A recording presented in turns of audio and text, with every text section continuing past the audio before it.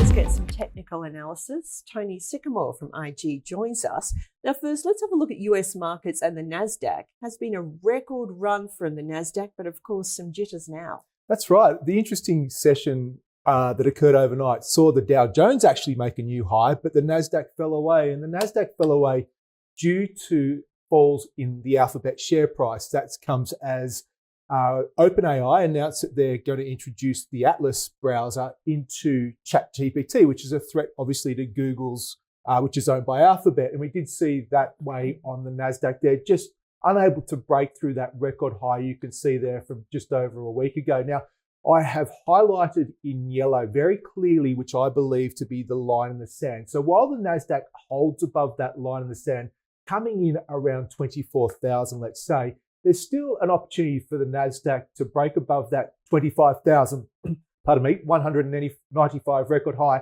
and head up towards 26,000. But if we were to see the Nasdaq break below 24,000, I think it likely signals that we do have a medium-term top in place after that very strong rally from the April lows, and that the Nasdaq can fall back towards 22,500. And you mentioned the gold price, and this week it's the gold price. Last week it was regional banks. The week before it was Bitcoin. We're getting these little flare-ups all over the place. And to me, that's a little bit of a signal. We've got to be a little bit cautious when it comes to the Nasdaq. And all markets, because there are so many overvaluations, especially technology stocks. And AI, unproven.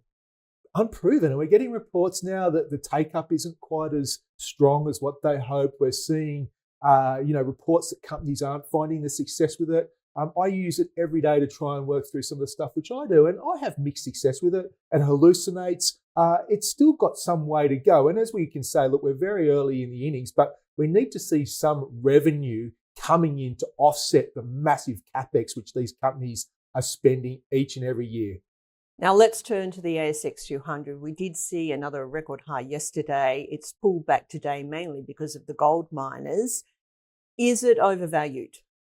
I don't think so for the ASX 200. I mean, as you mentioned, the second record high in the past week, and the valuations are expensive in terms of the ASX historical valuations, but it's not a stretch to some of these other markets. And I think we're going to see at least one more rate cut before year end and another rate cut into early 2026. And this interest rate market here in Australia is so interest rate sensitive, so dependent on where rates go and RBA rate cut expectations. So for me, I think we've got the break higher. It made it last week. It's confirmed it again this week, providing it holds above a layer of support coming in around 89.90 to 89.70-ish. That's the short-term reassessment level for me. Allow it to continue higher. Could get up towards 92.50 over the next month or so. And when we get into that light volume, which we see, and that seasonally strong period in December, I wouldn't rule out a push up towards 9,500. But at this point in time, the trend's your friend. We're making new highs. Been a wonderful 6 weeks period of consolidation through August, September, and into the first half of October. And now it's starting to move again. So let's see where it can go.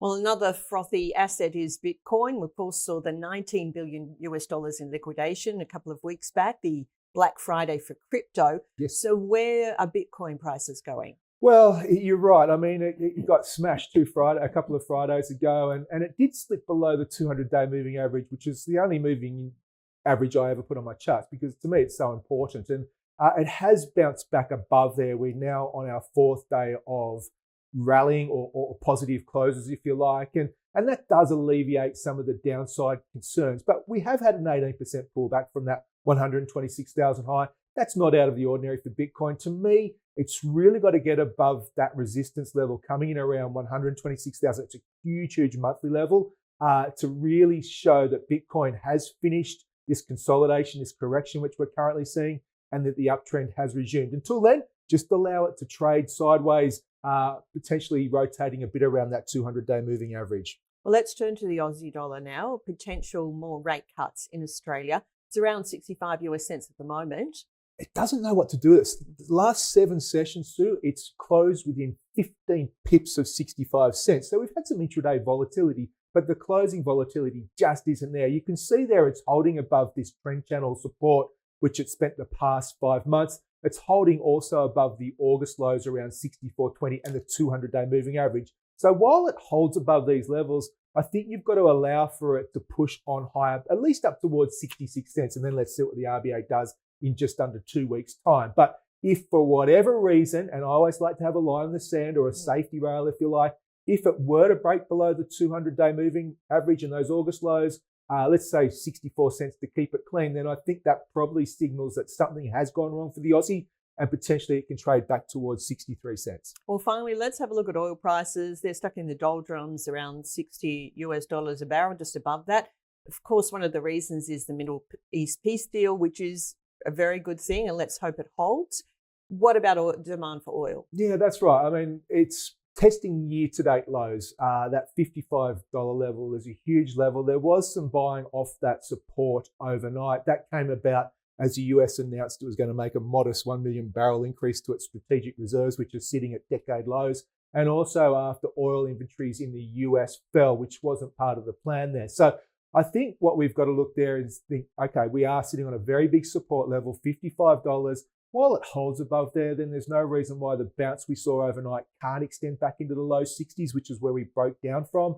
But if for whatever reason you see crude oil break through $55, I expect it to push down towards $50, maybe even into the high 40s.